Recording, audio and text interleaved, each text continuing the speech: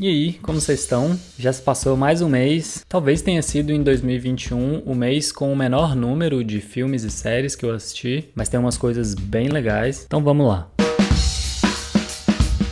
Comecei o mês muito bem com o Clímax, um filme do Gaspar Noé, que, como basicamente todos os outros filmes dele, eles são uma experiência. Eles não costumam ter uma narrativa muito tradicional, muito menos palatável. Se você quiser assistir um filme só por entretenimento, não é bem essa a onda. A experiência aqui é muito mais visceral e o Gaspar Noé faz isso muito bem. Pelo lado técnico, ele faz coisas extremamente complicadas, sempre a serviço ali daquela narrativa, daquela sensação que ele quer causar no público. E no caso específico de Clímax, ele atravessa todo um espectro entre apreciação de música e números de dança, muito bem coreografados, inclusive com a câmera. E depois ele vai atravessando emoções que esses personagens estão passando até chegar no desespero, coisas horríveis que acontecem. Talvez não seja um filme para se assistir a qualquer momento, tem que estar com o emocional em dia, tem que ter certo estômago, mas é muito, muito bom. Eu não reassistia esse filmaço dos irmãos Coen há um bom tempo. Como eu tinha estudado um pouco do filme num curso de roteiro que eu fiz, essa foi uma ótima desculpa para assistir de novo. Toda vez que eu assisto, eu tenho um pequeno probleminha com o terceiro ato do filme, que é bem mais lento que o resto, ele perde um pouco o gás, mas eu entendo que isso conversa com o que está acontecendo na narrativa e faz sentido essa desaceleração, mas de resto eu gosto de basicamente tudo nesse filme. A ausência de trilha sonora, a maior parte do filme é aqueles silêncios que geram uma tensão absurda, o elenco nem se fala, o Javier Bardem tá inacreditável, não preciso falar mais nada. Downloaded é um documentário que narra a ascensão e queda do Napster. Se você é millennial, você provavelmente sabe do que eu tô falando. O primeiro aplicativo que apareceu para facilitar o compartilhamento de música na internet. A gente pode ver aqui como que ele surgiu, quem foram as pessoas envolvidas e depois como várias gravadoras viram o Napster como uma grande ameaça à indústria da música e fizeram de tudo para acabar com ele até conseguir. E mesmo que o Napster tenha morrido, ele abriu as portas para diversos outros softwares que vieram depois e hoje a gente ainda consegue compartilhar música, filme, jogos e tudo mais pela internet. Outro documentário, mas bem mais divertido, é o 6 Days to Air. A gente acompanha aqui a feitura de um episódio do South Park 10 anos atrás, tudo sempre encabeçado pelos dois criadores da série, mas com diversas outras pessoas envolvidas no roteiro, na parte técnica de animação, nas vozes. O lance aqui é ver o processo criativo deles de perto, na trajetória inacreditável de escrever, produzir e lançar um episódio por semana. Então a gente pode acompanhar do início ao fim a feitura de um episódio, com direito a todas as crises criativas e síndrome de impostor, até os momentos eureka em que tudo se resolve. Para quem trabalha de qualquer forma com criação de conteúdo, com criatividade, é um filme bem legal de assistir. Mais um documentário na lista, dessa vez focado em pessoas que basicamente dedicam a vida inteira a fazer dinheiro como se isso fosse o que mais importa, até o momento que elas percebem que não importa tanto assim. É uma mensagem meio batida, mas pelo jeito ainda tem gente que precisa atravessar anos e anos e anos de sofrimento correndo atrás de dinheiro para se dar conta que talvez isso não seja a melhor coisa para fazer com o pouco tempo de existência que você tem. A diretora é uma fotógrafa e ela traça uma narrativa que passa por trabalhos da vida inteira dela, muitos deles explorando a vida de gente rica e famosa, por isso que esse é o fio condutor. Tem muito material de arquivo, ela conseguiu montar uma narrativa interessante e escolher algumas personalidades bem comuns, mas no fim das contas é a mensagem batida que eu falei. Esse curta do Scorsese do finalzinho da década de 60 está disponível no YouTube. Ele não tem diálogo e é bem curtinho. E o que é realmente da hora nesse filme é que o Scorsese usa toda uma linguagem publicitária para conduzir a narrativa até um momento de choque para o espectador. Ele entra no exagero, na subversão completa, sem dizer uma só palavra, mas mesmo assim mandando uma mensagem muito clara. Esse foi um dos grandes lançamentos do último mês na Netflix, e é um filme com um elenco muito bom, uma direção com a mão firme até o final do segundo ato, e aí o terceiro ato ele basicamente esquece tudo que ele estava construindo antes e leva a gente para uma realidade que parece descolada do resto do filme, fica um tom super estranho e basicamente estraga tudo que ele veio construindo antes. Eu não gostei muito desse segmento final, mas tudo que veio antes estava funcionando bastante para mim. A forma como as memórias e sonhos foram construídos e embaralhados entre si, pra gente ficar confuso junto com a protagonista e ter certa dúvida sobre o que é real, o que é alucinação, tudo isso pra mim foi feito na dose certa e aí no final do filme cagaram em tudo.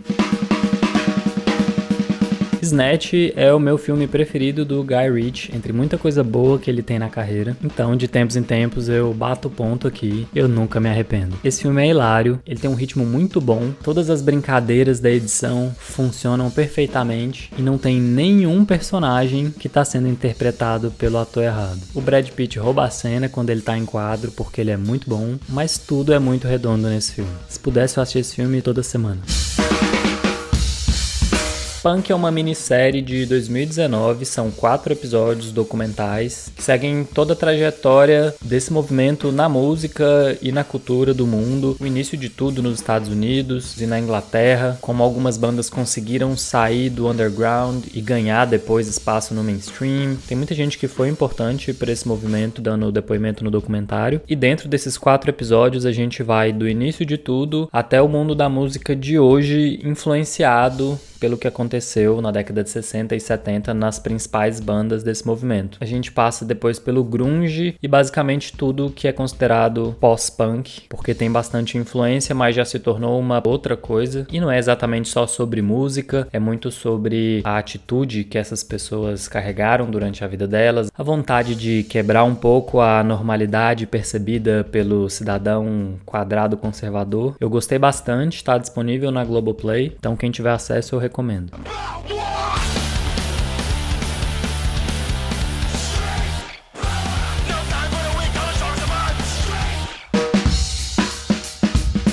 Esse filme talvez seja um dos mais palatáveis do David Lynch até o terceiro ato, e aí você precisa colar algumas peças para dar sentido para aquela narrativa. Como todo filme, ele é tanto do público quanto de quem idealizou aquilo, e eu gosto de como as coisas são conduzidas até um momento de quebra de expectativa completa. Eu acho que com uma ou outra exceção o elenco tá muito bem, as caracterizações funcionam bastante, tem uma certa criatividade pouco óbvia no design de produção aqui, na fotografia, que eu também gosto bastante, mas como eu já tenho notado, o que costuma ser a minha parte preferida nos filmes do Lynch, que mais me chama a atenção, é o som, tanto pelas trilhas que ele utiliza, como pelo design de som em si, e aqui não é diferente.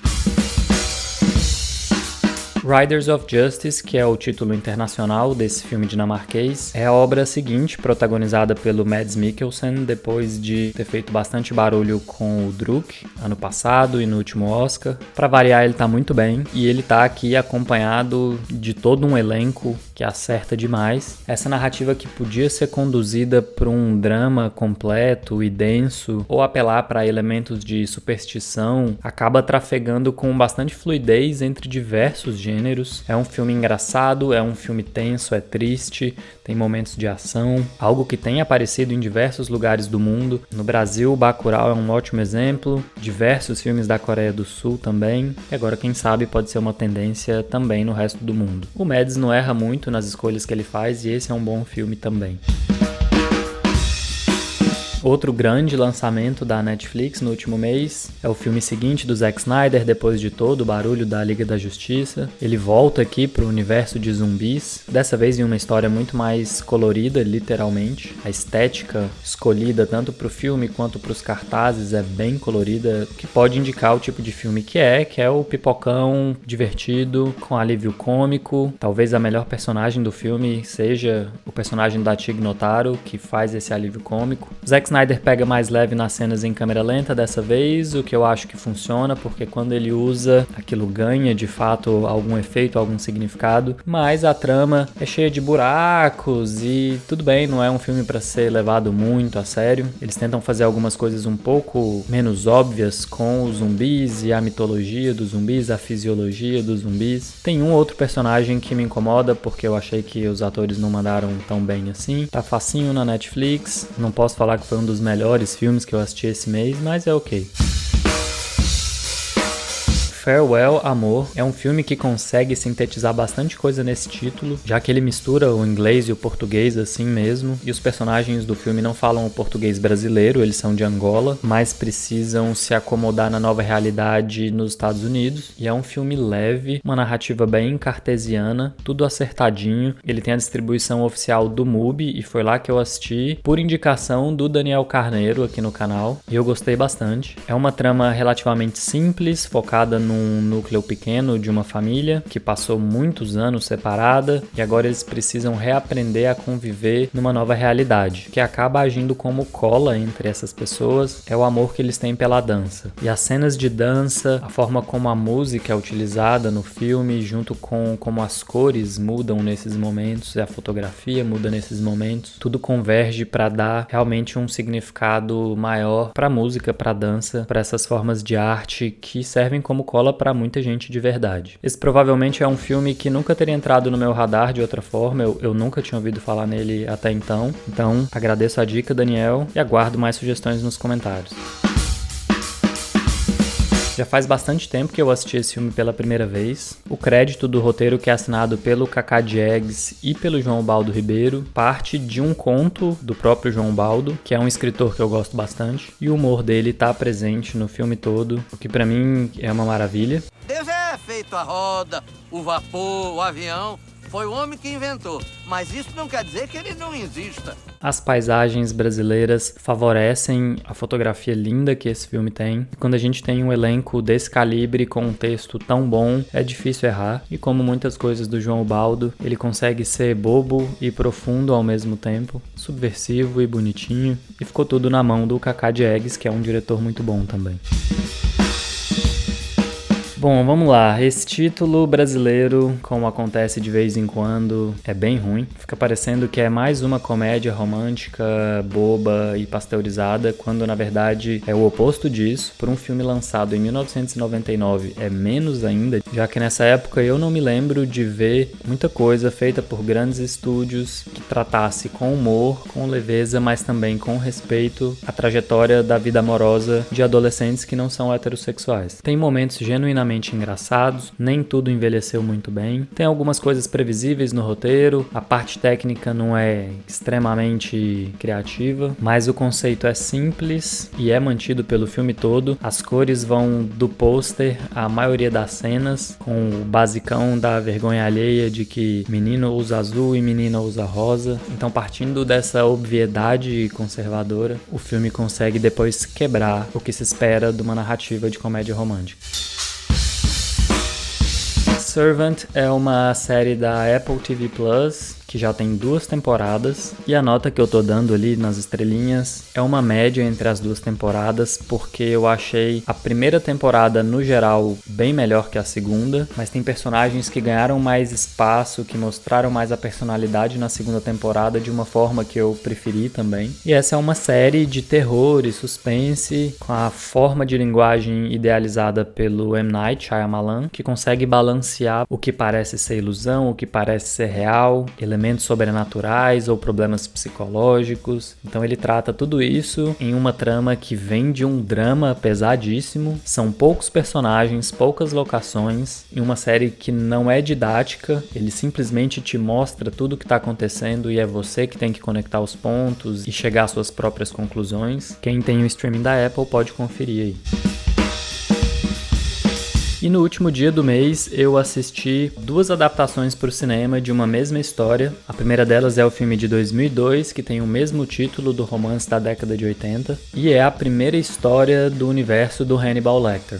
Nessa versão, o protagonista é interpretado pelo Edward Norton, que é um ator que eu gosto bastante, mas que eu não gostei muito nesse papel. A melhor coisa desse filme talvez seja o vilão. O Anthony Hopkins volta como Hannibal Lecter. Eu achei em alguns momentos que ele tá fazendo uma caricatura do personagem que ele próprio criou, mas mesmo assim funciona. Só que eu não quero falar muito mais sobre esse filme, porque tem toda uma conversa sobre eles e o livro original no meu podcast, o Tubo de Ensaio. Então quem quiser ouvir mais a fundo sobre isso, tem o link na descrição. Como eu falei, esse é outro filme que adapta a mesma história, mas esse veio bem antes, ele foi lançado em 86. E o protagonista aqui pra mim tá bem melhor que o Edward Norton, mas o vilão foi completamente descaracterizado em relação ao que a gente vê no outro filme ou no livro. O Michael Mann coloca o estilo de direção dele aqui no filme e fica tudo com uma cara meio oitentista, futurista. O ritmo é bem diferente, mas eu gostei bastante do exercício de ver como pessoas adaptam a mesma história de formas tão diferentes. Como eu falei, eu entro em todos os detalhes possíveis no podcast, então não vou me alongar por aqui. Quem tiver sugestão de filme é só deixar nos comentários e na descrição do vídeo eu escrevo onde assistir cada um desses filmes e séries. Até o próximo.